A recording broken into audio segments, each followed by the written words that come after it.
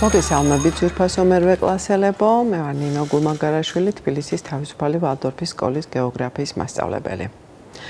ჩვენ წინა შეხვედრაზე გავიარეთ და მივყვებით პირველი ადამიანის მიგრაციებს. ზოგადად განვიხილავთ თემას მოსახლეობას.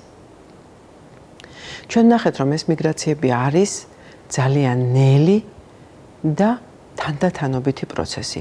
და აი ამ ნელი და თანდათანობითი პროცესით ხდება მთლიანად დედამიწის დასახლება.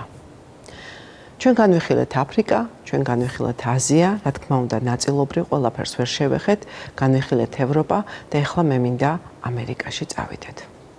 მაშინ, როდესაც აღმოსავლეთ ნახევარსფეროში ადამიანები ცხოვრობდნენ, ეგუებოდნენ გეოგრაფიულ გარემოს, ქმნიდნენ ცივილიზაციებს, ამ პერიოდში ამერიკაში, ჩრდილოეთ და სამხრეთი ამერიკის კონტინენტი იყო დაუსახლებელი. ჯერ ერთი რომ ეს კონტინენტები იყო მეორე ნახევარსფეროში, დასავლეთ ნახევარსფეროში, გარს ეკრა ორი უდიდესი ოკეანე, წყნარი ოკეანე და ატლანტის ოკეანე, ჩრდილოეთიდან ჩრდილოყინულოვანი ოკეანე და ამიტომ ეს შეხება ამ ჩრდილოეთი და სამხრეთი ამერიკის კონტინენტებს დანარჩენ ნაწილთან ნაკლები ჰქონდა და ამიტომ დასახლებაც ალბათ შესაბამისად ძალიან გვიან მოხდა. დღეს ამერიკაში დაახლოებით 50-მდე ქვეყანა არის და 1 მილიარდამდე ადამიანი ცხოვრობს, მაგრამ ყოველთვის ასე არ იყო. საინტერესოა, როგორ მოხდა პირველი ადამიანი ჩრდილოეთი და სამხრეთი ამერიკის კონტინენტზე. ამაზე ძალიან ბევრი და მრავალი მოსაზრება არსებობს. ზოგიერთი მკვლევარი ამბობს, რომ დაახლოებით 12-13 მილიონი წლის წინ მონადირეთა ერთი ჯგუფი დღევანდელი ბერინგის სრუტე, როდესაც და მას იმ პერიოდში არ არსებობდა და ხმელეთის ნაწილი ხმელეთით იყო გადაბმული ჩრდილოეთი ამერიკის კონტინენტთან, აი ამ კონტინენტის, აი ამ სრუტის გავლით, აი ამ ხმელეთის ნაწილის გავლით მოხვდნენ ჩრდილოეთ ამერიკაში.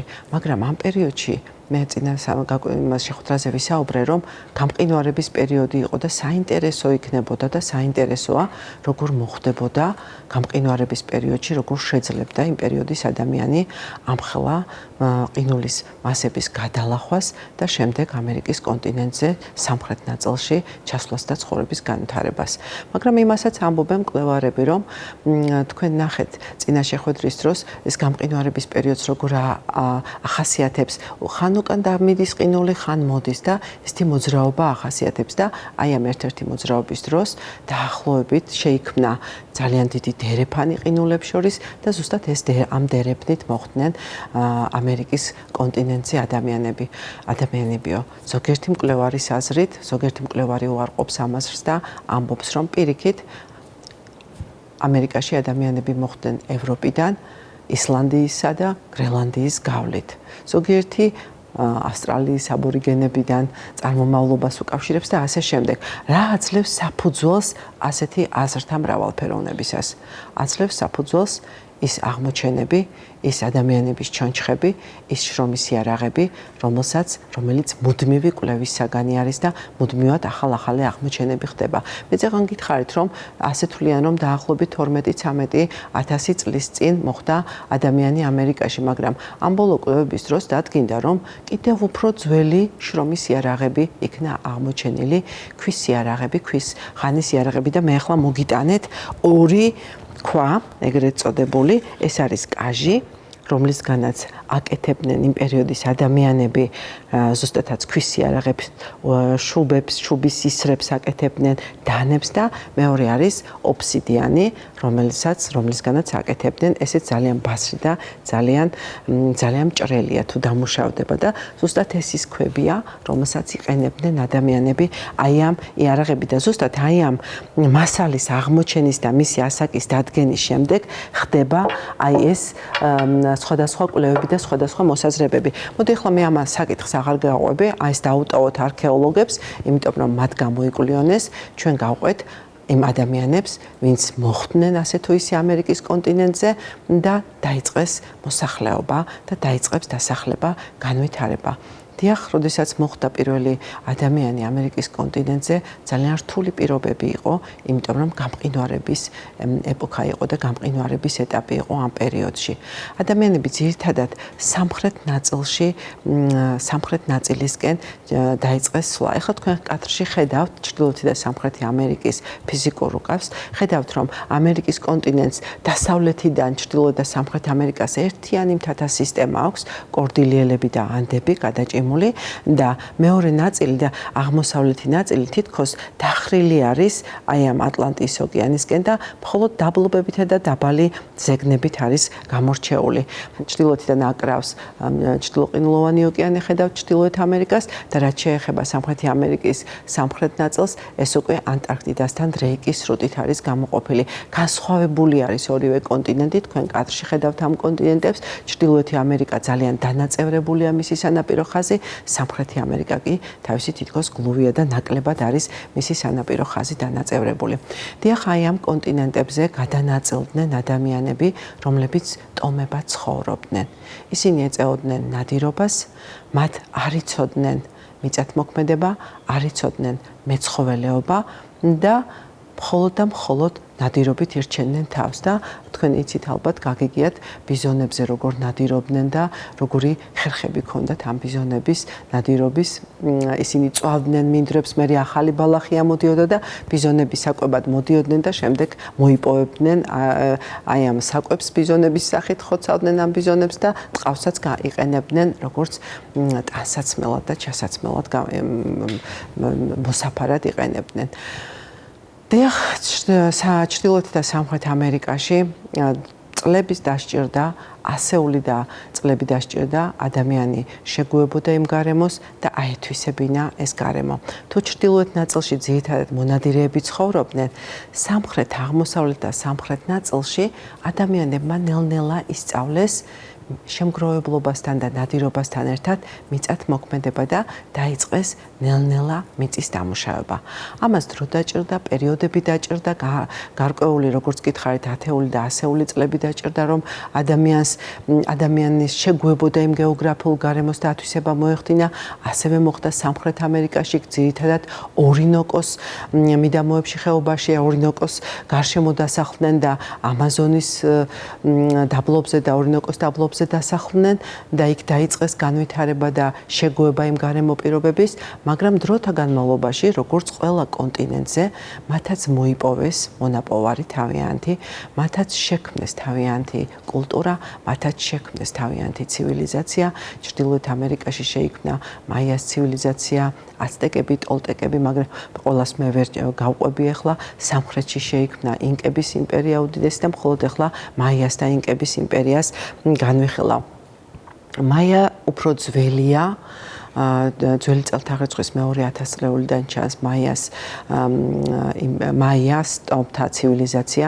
მათ იმპერია არ ჰქონდათ, ისინი მხოლოდ პატარ-პატარა ტომებად ცხოვრობდნენ, ტომის ბელადები, მმართველები ყავდათ და აი სადაც უფრო ლამაზი და დიდი და ესეთი შენობა აშენდებოდა, პირამიდა აშენდებოდა, ეს იმ მმართველის და იმ ტომის სიძლიერის გამოვლენა ხდებოდა. ისინი სახლობდნენ იუკატანის ნახევარკუნძულზე. თქვენ იცით რომ იუკატანის ნახევარკუნძულზე თუ რუკიდანაც გამომდინარე და თუ დახედავთ რუკას, ნახავთ რომ ეს არის ტროპიკული ტყეებით დასახლებული და ტროპიკული კლიმატური, ნოტიო ტროპიკული ჰავა არის. ამიტომ ისინი შეეგუნენ აი ამ გარემოს და მეფეები იყვნენ აი ამ ტროპიკული ტყეების. რადგან ამ რეგიონში ძალიან ხშირი წვიმები იყო და მდინარეებითაც სავსეა და ძალიან ბევრი მდინარე არის აი ამ იუკატანის ნახევარკუნძულზე და ამიტომ წყალდიდობები ძალიან ხშირი იყო, მათ მოიფიქრეს და მათაც ისწავლეს აი ამ წყალსაცავი სისტემების შექმნა, რომ განტვირთვა მოეხდინათ აი ამ დაბლობების და შემდეგ გამოეყენებინათ მიწათმოქმედებისთვის და თქვენ იცით რომ მაიას ტომების ძირითადი საკვები იყო siminди, რომელიც ჩვენთან შემდეგ გავრცელდა simindi ევროპაში, ლობიოდა ასე შემდეგ. მაგრამ დროთა განმავლობაში მათ შექმნეს ჩიჩენიცა ცნობილი არის ამერიკელებისთვის, მაიას ცივილიზაციისთვის ჩიჩენიცა ერთ-ერთი დასახლებული ქალაქი, სახელმწიფო ქალაქი, სადაც იყო ობსერვატორია, მათ ისინი ძალიან დაინტერესებული იყვნენ ასტრონომიით, ყველაფერს თავიანთ თუ რაიმე კითხვა ჰქონდათ, ცაში და ცის თაღზე ეძებდნენ ამას, მათ შექმნეს კალენდარი, ერთი რიტუალური კალენდარი და მეორე ჩვეულებრივი მზის კალენდარი და თქვენ წარმოიდგინეთ, აი ეს მზის კალენდარი მხოლოდ რამოდენიმე წამით არის აცილება დღევანდელ კალენდართან, თითქმის თანხვედრაში მოდის. მაგრამ ყველაფერი ვითარდება, ყველაფერს თავისი დასასრული აქვს და დაახლოებით მე-10 საუკუნეში უკვე ჩვენი წელთაღრიცხვის მაიას ცივილიზაცია ნელ-ნელა დაცემას განიცდის, მოსახლეობა მიდის, ამაზე ძალიან ბევრი კვლევა არსებობს, რატომ მიდიან ისინი, რა იყო მიზეზი, მაგრამ ფაქტია, რომ მაიას ცივილიზაციამ უკვე თითქმის დაიშალა და თითქმის განადგურდა.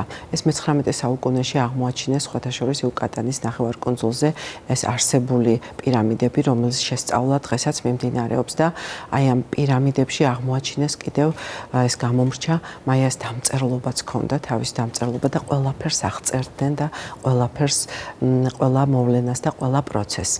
ეხლა მე მინდა ინკებს შევეხო, ინკების იმპერიას, ეს კიდევ საოცარი, ეს კიდევ სხვა რამე არის, რომელიც მაღალ ანდებში 4000 კილომეტრზე გადაჭიმული ეს უკვე იმპერია არის, იმიტომ რომ ეს არის კეჩუას ტომებიდან მოდის, ინკები კეჩუას ტომების ინკების ერთი ტომი, რომელიც თავის თავს ღვთისშვილებს, მზისშვილებს უწოდებდნენ, თავიანთი მისი ყავს კერპი იყო აი ეს მზე და ინტა ასე ერქვა მათ სათაყვანებელ მათ კერპს და მათ ჰქონდათ ასეთი მოწოდება, რომ ყველაფერი ყველგან აბსოლუტურად უნდა ჰარმონია დაემყარებინათ, ყველგან განათლება უნდა შეეტანათ და ამიტომ მათ აი ეს ინდიელთა ტომების ძალიან დიდი ნაწილი დაიპყრეს, უკრძალავდნენ მათ თავიანთი რელიგიის თაყვანისცემას და მათ თავიანთი კულტურა და რელიგია გაავრცელეს.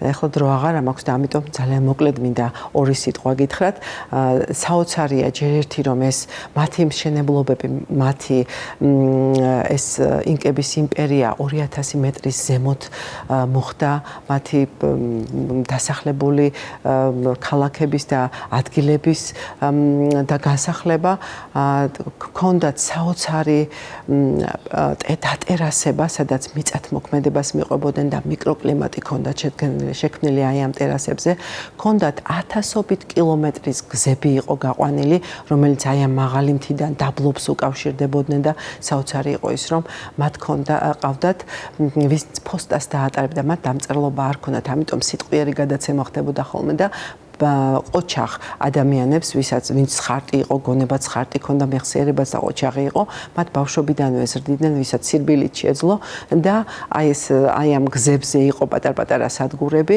და ამბავს რომ გაატანდნენ ერთ ადგილამდე მიიტან და მერე მეორე და ასე ვრცელდებოდა ხოლმე, აი ესეთი სირბილით ხდებოდა აი ეს ინფორმაციის გაცვლა-გამოცვლა. კიდევ ერთი საოცარი ის ჰქონდათ ინკების იმპერიას, მათ საოცარი სოციალური გარემო შექმნეს.